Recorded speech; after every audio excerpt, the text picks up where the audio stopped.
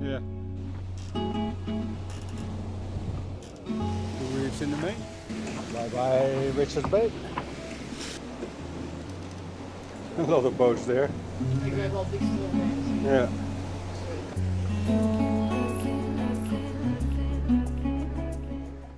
In the last episode, we sailed from Richards Bay to Durban to replace our halyard with the old one that we brought from the lagoon. It was the same height of mast, same size of sail, so we thought that's the right choice. We were in doubt whether or not to continue to East London. We shook 2 reefs out and then the mantle of the halyard came off. Well, we have 2 other ones, so it's not a big issue.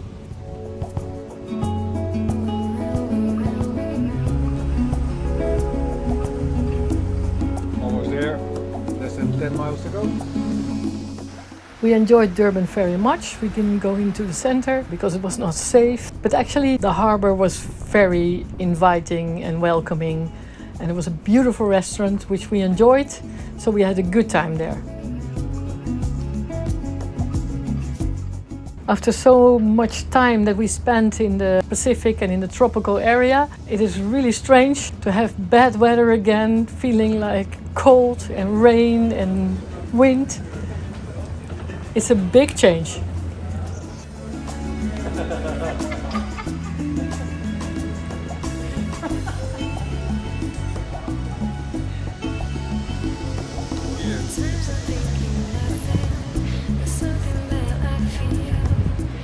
It's time to leave this beautiful city.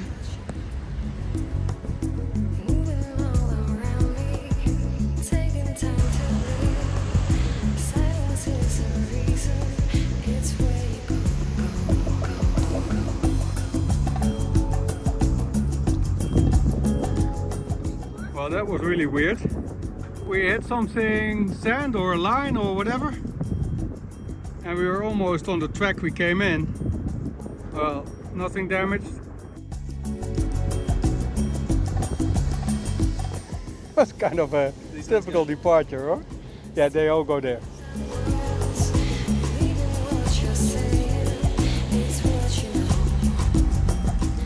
Open up, 10 miles in front of us, Spon behind them, 6 miles.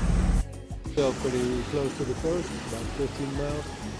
We try to stay near Greatcircle. So the best way we found so far is to follow the track that Saga followed. Our spare main halyard snapped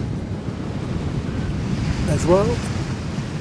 So all the work that Woody did has been for only 2 hours. So we've been on just a jib all night. When the old halyard snaps, because it has no Dyneema core but a polyester one, we decided not to return to Durban, but to use the weather window that is available at that moment to go as far south as possible. So we hope to be able to reach East London or even Port Elizabeth. It would be a lot more comfortable if the wave was decided to come from the back as well. There's a lot of wind in the forecast, and then in combination with the Algulas current, we think we might be fast enough to at least make proper use of this weather window. There's constantly 1 or 2 days that the current and the wind is in the same direction in the back, and we have to make use of them because then for 1 or 2 days the wind is on the nose again. And these low pressure areas keep coming in every couple of days.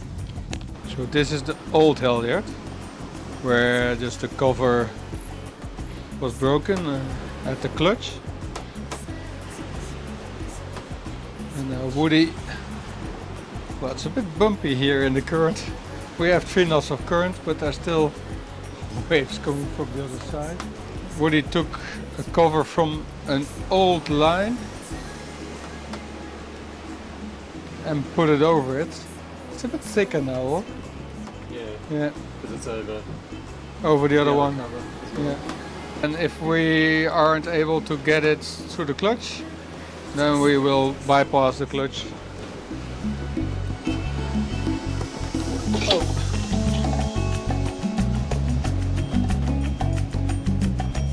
trying to get to Port Elizabeth before the next low arrives. And we changed the jib for the code 0 this morning. We'll be able to keep it up until the wind increases further. Base wind is going towards 30 knots in the evening. So the old halyard, we took it from the lagoon, but we had to replace it there already. It's a different grade of Dyneema, and it broke right there at the top. The end is no longer over the sheaf, so we have to do the same trick what we did before, what Jack did with the mouse line, and try to fish it out of there. It's a bit dark up there. Almost nothing showing on the radar. It's actually pretty relaxed going slow, and because of this beautiful current we still go fast. It sort of takes over the speed that normally the mainsail gives us. Almost passing East London. 130 miles to go.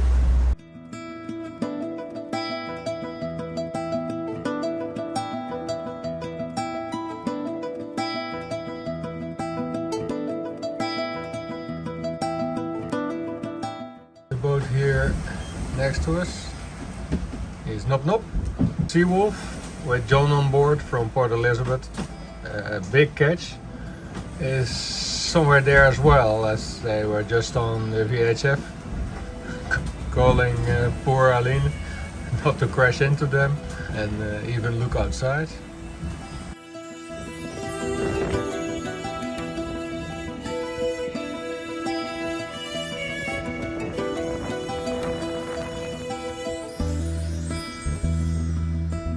Inside it's nice and dry. 88.8 miles to go.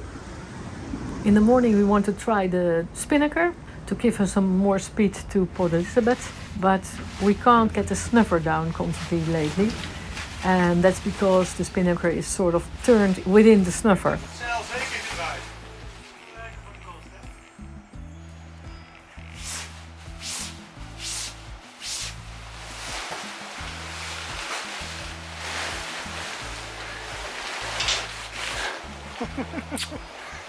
So Mark had a few turns in the Spinnaker in the bottom, so we hope it solves the problem.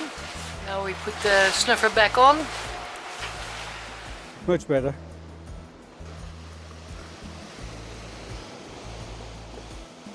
Also at the top there is a little bit of twist, but almost nothing. So straight to Port Elizabeth now.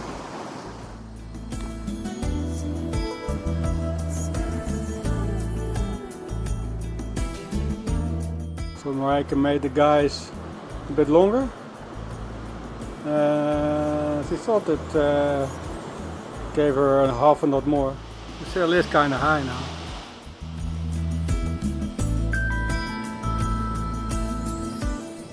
And then we have the Spinnaker on, beautiful. And I think after 1 hour the wind stops completely. Well, there's 10-11 knots of wind. And that's just not enough to keep the sail stable. It's supposed to be much more wind, and especially in combination with the waves. It starts flapping and going left and right.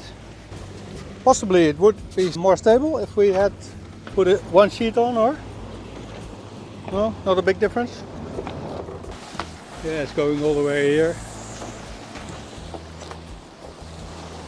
So I'm gonna get it down. No, it's sliding. Yeah! So it helped, Mark, what you did. But at least now, when it happens again, that we can't take the snuffer down, we know what the problem is and we know how to solve it.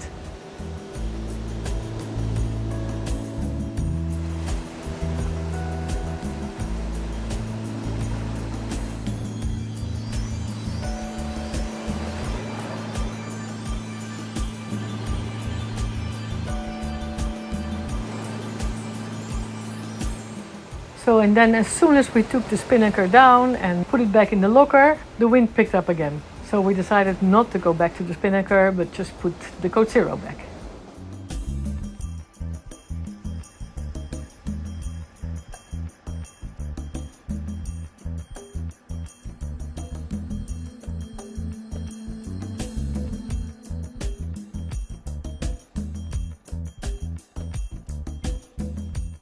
It is good to have more sails available because after so many miles there's a lot of damage on the boat.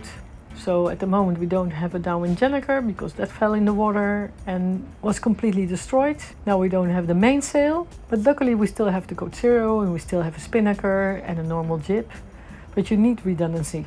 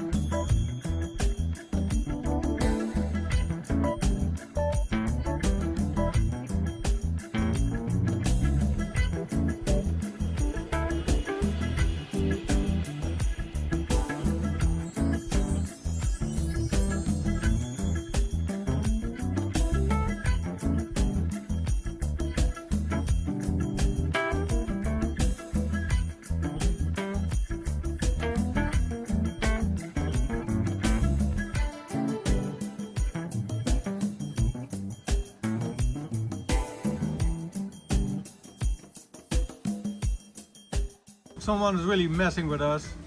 We're rolling in the Code Zero as the apparent wind was 20, and just as we were rolling it in, the wind went back from 29 knots to 16.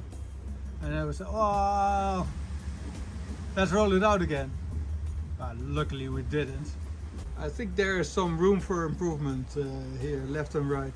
Maybe there are some coastal effects here. Yeah, well, let's have a local weather forecaster then.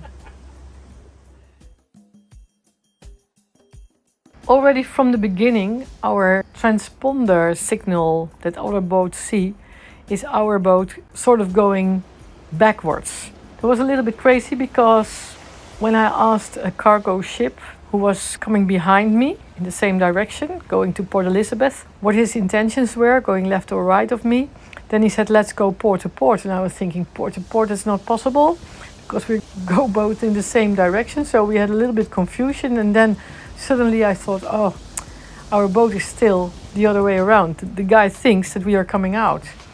So Mark looked again in the system and he found a way to calibrate it. So from now on, our boat goes in the same direction on the transponder as in real life.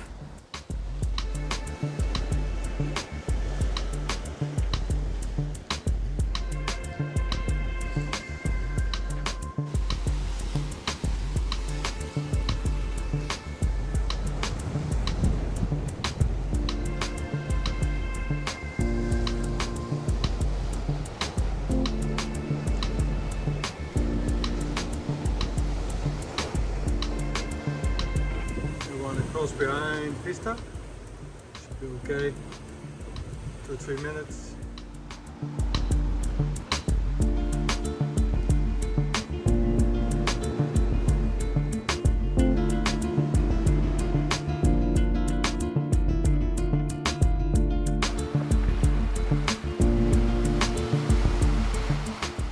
I think it's like the Dallas one, no 55. Oh, okay.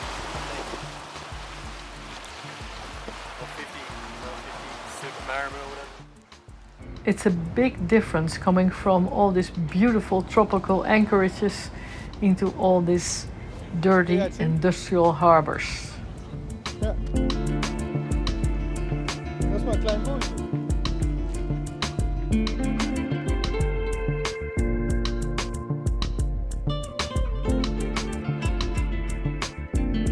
Not the camera settings. It is not very wide. You can't sleep across. Look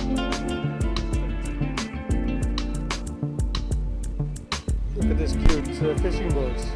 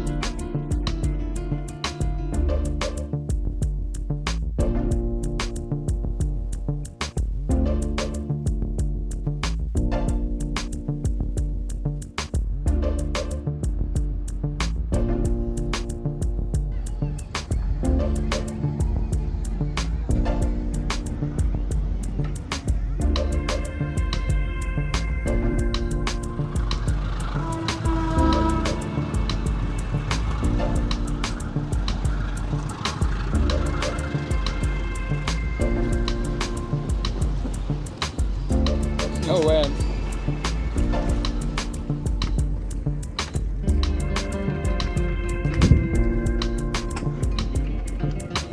It's kind of lively here. Boats going forward and backwards.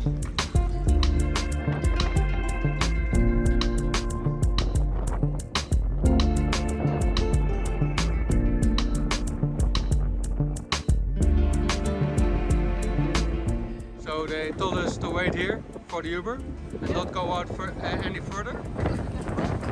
If this video never makes a video, then it's because they stole my iPhone. The boat is there.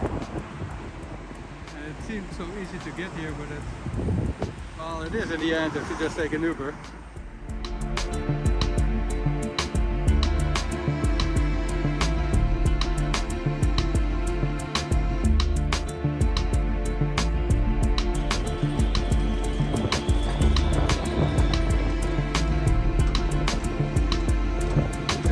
Boat.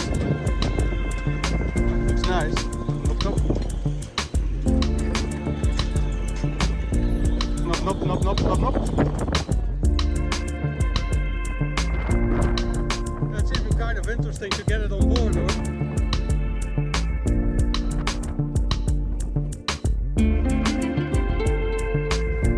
Nous sommes invités en Nop Nop. Nop Nop, c'est le seul bateau du rallye qui est pas déjà Déjà, c'est un peu petit. produit dans une sub Grand Large. I don't want to be in a boat with jackets like this. Outside. And they were telling me about during their crossing from Durban, they were using this jacket Yes. and they were standing out there in the rain. Can you show me where you were standing? You were standing there, yeah? And then it was raining and you weren't looking as happy as you are now. No, because you know what happened? Love it. And the autopilot was working all the time? I was tired a bit. New halyard. Nice eye at the end. Protection.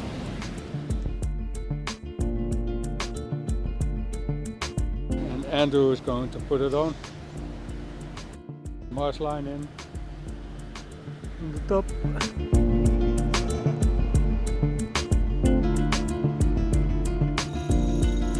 So, and then again, somebody in the mast. Second try.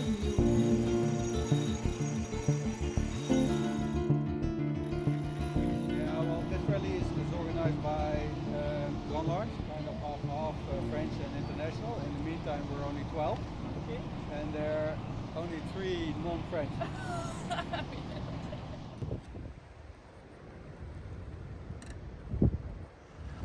So you have a new assistant. Yeah, she wants to learn about boats. In the next episode, we sail from Port Elizabeth to Cape Town.